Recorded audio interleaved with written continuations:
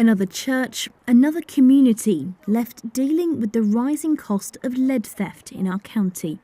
Last week, St Mary's at Newton Flotman had 12 square metres of lead ripped from its roof, just after paying for thousands of pounds of damage caused during another attempted theft back in May.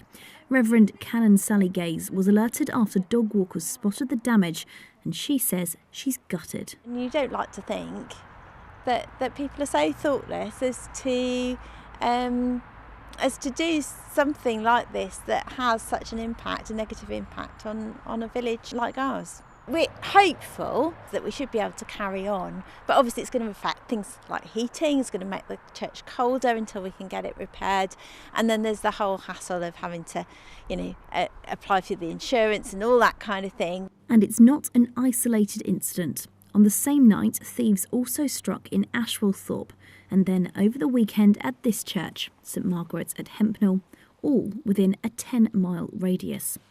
The church wardens now say they're facing a £35,000 bill to repair the damage and install an alarm after the theft left them with a leaking roof. When we came inside, the water was coming through like a waterfall, and everything was wet and damaged. All the chairs were wet, the wall, it was coming in over the organ, and the organ was flooded.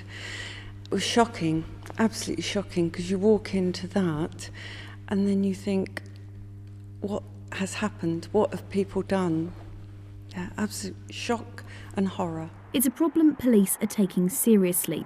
In July, they hosted a conference at Norwich Cathedral, attended by more than 80 people, to discuss how to protect churches and put a stop to the criminals. It's all part of Operation Randall, tackling rural crime, which is headed up by DC Andy Brown. We have 800 churches in Norfolk.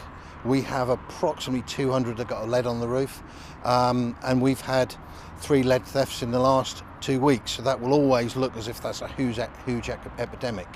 And I'd like to think it will slow down and hopefully stop. I think it's going to happen with technology, with alarms and that sort of thing. We've got to get the community involved in raising money to protect and help these churches.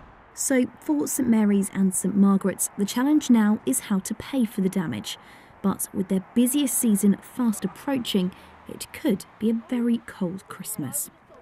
Lauren Hewitt, Mustard TV, Newton Flotman.